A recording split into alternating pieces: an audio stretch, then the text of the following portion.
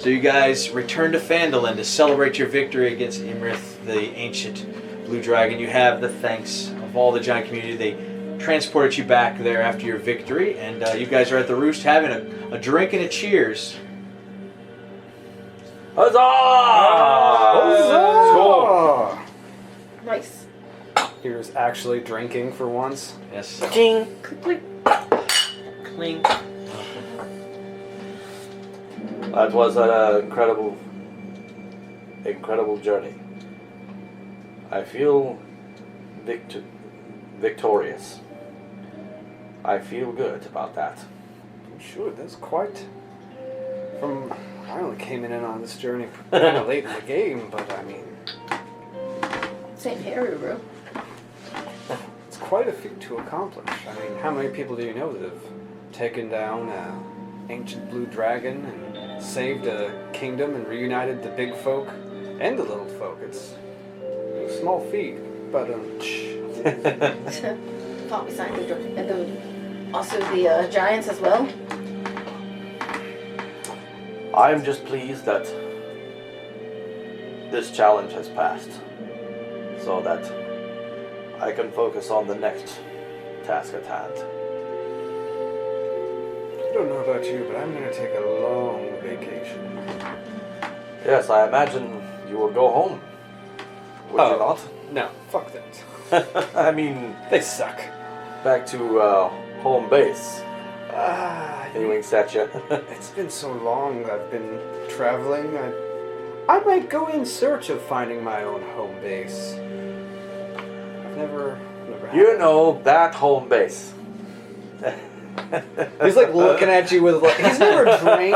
He's like, maybe before. Fenrir taking a couple of hits to the head. Like he's like squinting at you very drunkenly, like And he reaches over into like this bowl of salt that's there next to the limes, and draws the Z in it for the Zentarum.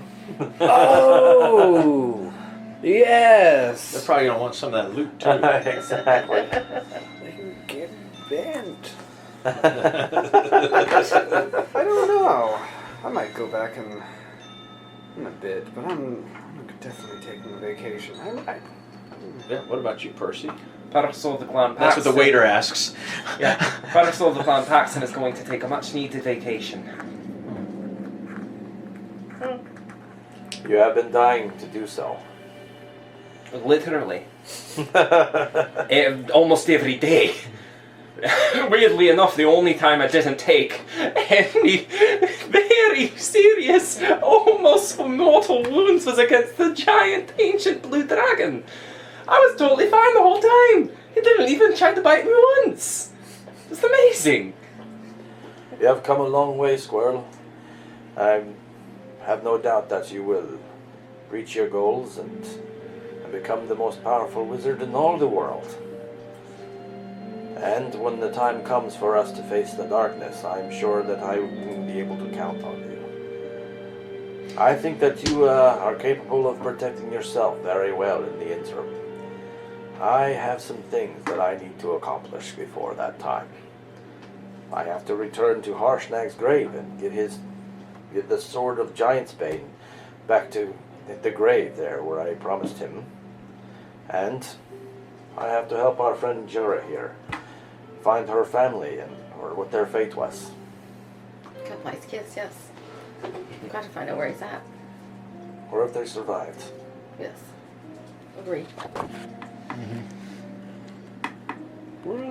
Do you miss them? Got nice kiss in the captain. Yes. You were very close with him, were you not? I was. What if he is dead? Of course, we had to have a cheers for him. What would you say if he is dead? If he's dead. What is custom among you sailors? Say a bit of a eulogy, I guess, right? What would something like that be? Oh, it's a long one. But I wrote it down for you.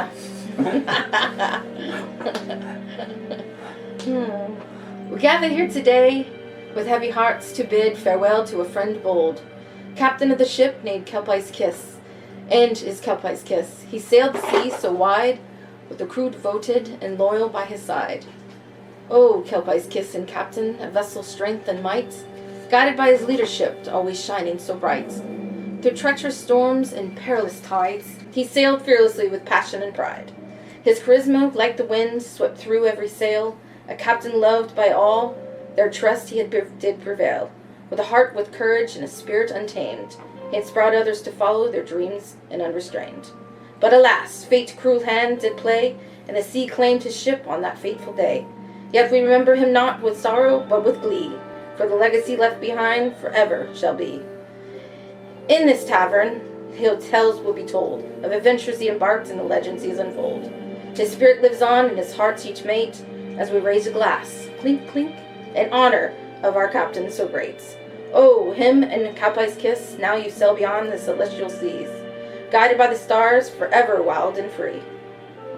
Though we mourn your loss and celebrate your life, a friend, a captain, forever in our hearts, your memory is rife.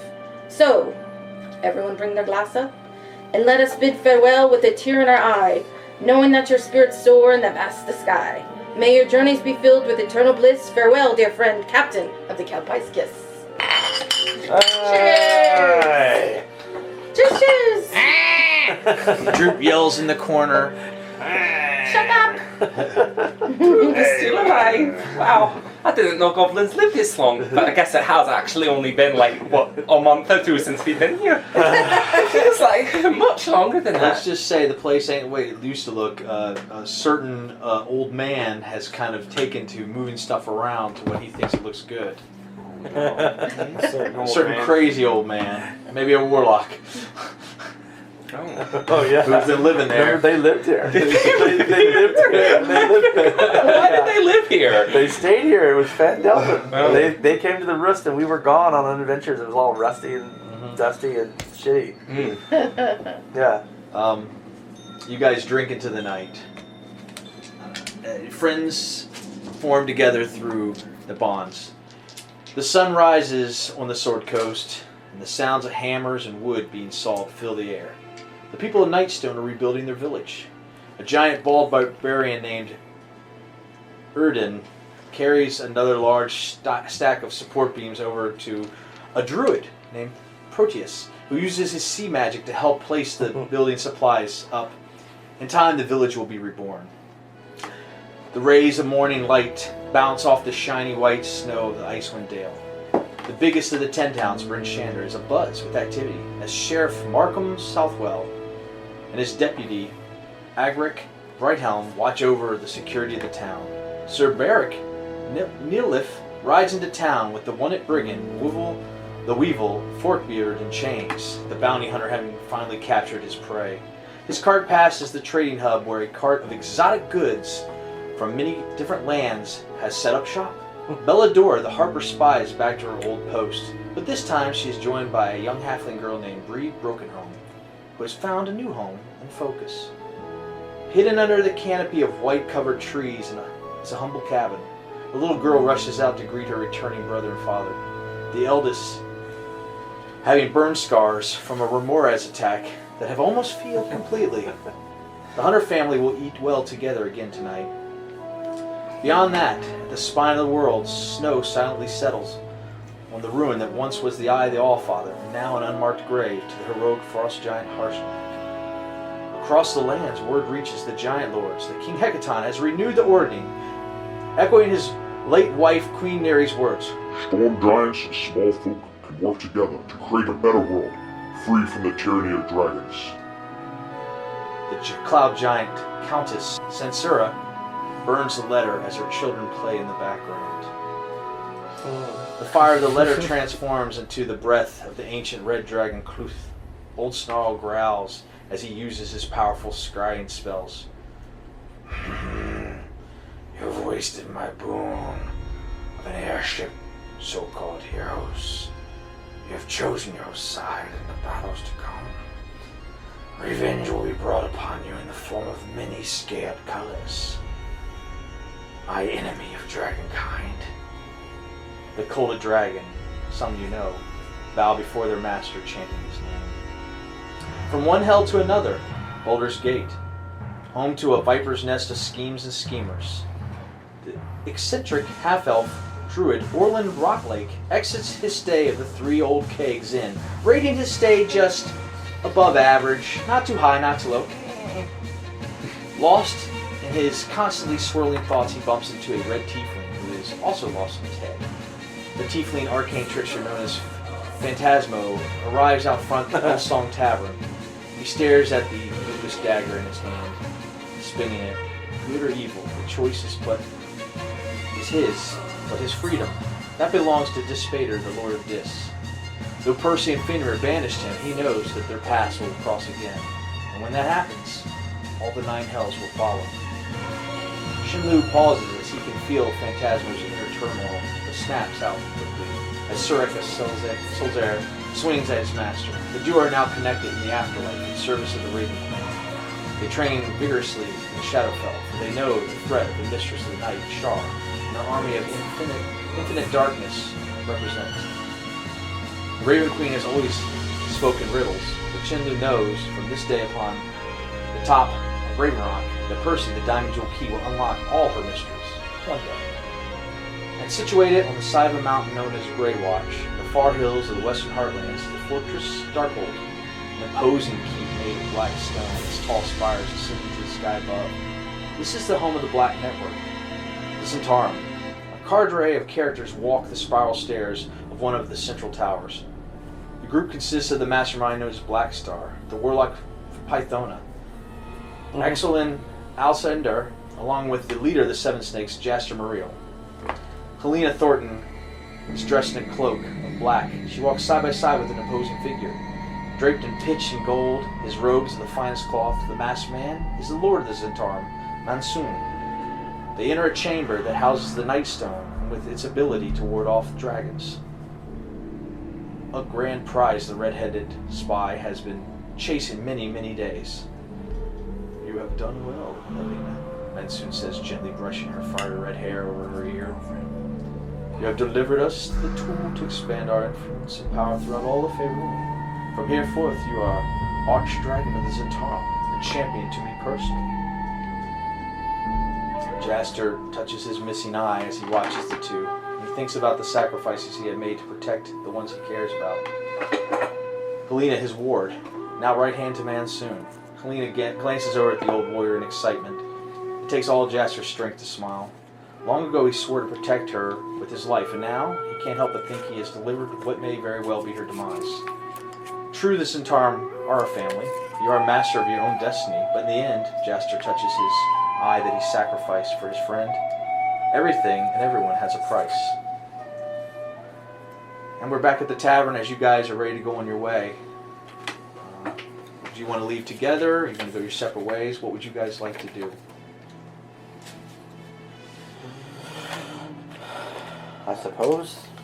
You guys are going to find out what happened to the ship. You and I imagine that's what we're gonna do. And have to Then, find a ship to find a ship. I guess I'll come with you. I still don't feel right about having to leave. I know why we had to, but I feel like the little one, I owe it to her to at least look. So I'll accompany. Very well. I don't know if I know how to be on my own now. Are you coming along with us then? I think so, at least for a while. Very well, Percy. I always have enjoyed your company. You'd be lost without me. Right. And we'd be miserable without you cleaning him. Hey now. I took a bath in dragon's blood. I know. A lot of good it's done you. It's the smell of your beard. Well, that seems like where the credits roll, doesn't it? Yes, and you guys leave. Walk off into the sunset. Yes, you walk. Well, yes, the sun is setting, and you walk off. And the sun sets on the Sword Coast, and in the far north, the sound of thunder subsides. A drow ranger and his partner companion, a panther, take notice. Long have they protected the world, becoming legends in their own time. But much like the change in the seasons, Dris Duerden can sense the time has come to pass the role of hero onto a new set of champions. He smiles as he disappears into the Icewind Dale and legend. The night falls, and the darkness creeps in. The end. Thank you. Yay! guys are now level 13. Oh my goodness.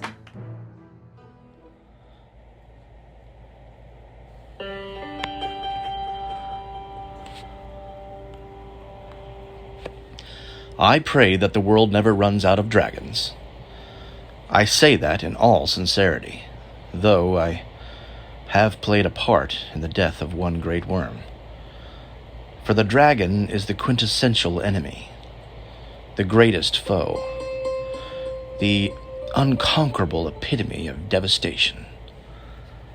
The dragon, above all other creatures, even the demons and the devils, evokes images of dark grandeur, of the greatest beast curled asleep on the greatest treasure hoard. They are the ultimate test of the hero and the ultimate fright of the child. They are older than the elves and more akin to the earth than the dwarves. The great dragons are the preternatural beasts, the basic element of the beast, that darkest part of our imagination. The wizards cannot tell you of their origin, though they believe that a great wizard, a god of wizards, must have played some role in the first spawning of the beast. The elves, with their long fables explaining the creation of every aspect of the world, have many ancient tales concerning the origin of the dragons. But they admit, privately, that they really have no idea of how the dragons came to be. My own belief is more simple and yet more complicated by far. I believe that the dragons appeared in the world immediately after the spawning of the first reasoning race. I do not credit any god of wizards with their creation, but rather the most basic imagination, wrought of unseen fears and those first reasoning mortals. We make the dragons as we make the gods, because we need them. Because somewhere deep in our hearts we recognize that a world without them is a world not worth living in. There are so many people in the land who want an answer, a definitive answer for everything in life, and even for everything after life. They study and they test, and because those few find the answers for some simple questions, they assume that there are answers to be had for every question. What was the world like before there were people?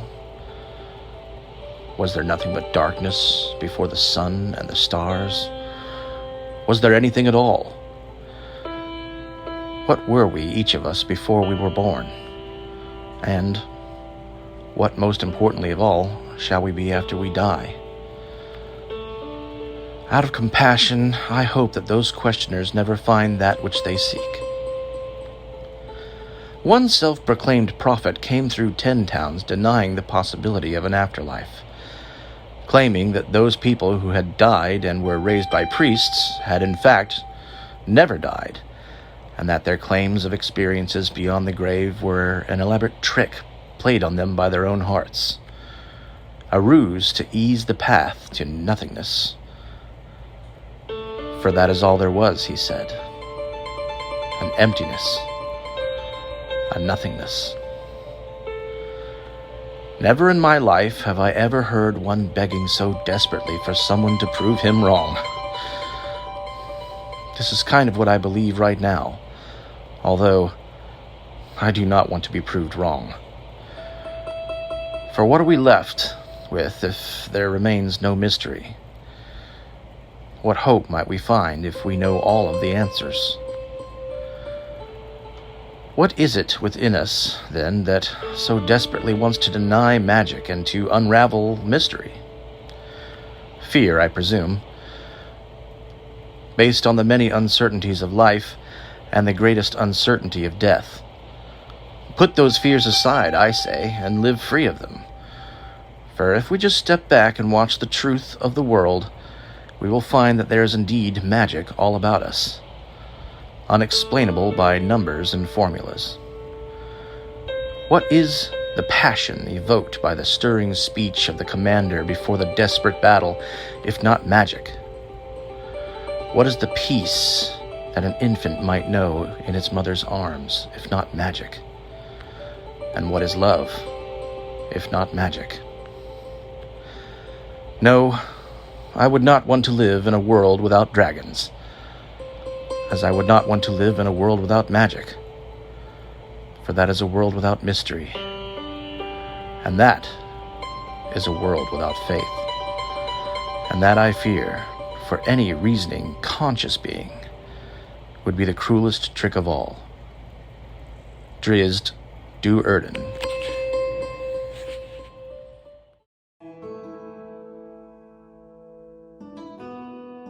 Can we do a post-credit scene? Yes. Once the party leaves, Old Man Wilkins says, "Did you guys hear all that exposition that was just going on, or was that just in my head?" What are you talking about, man? There was a whole lot of exposition following those four around. I think they're heroes.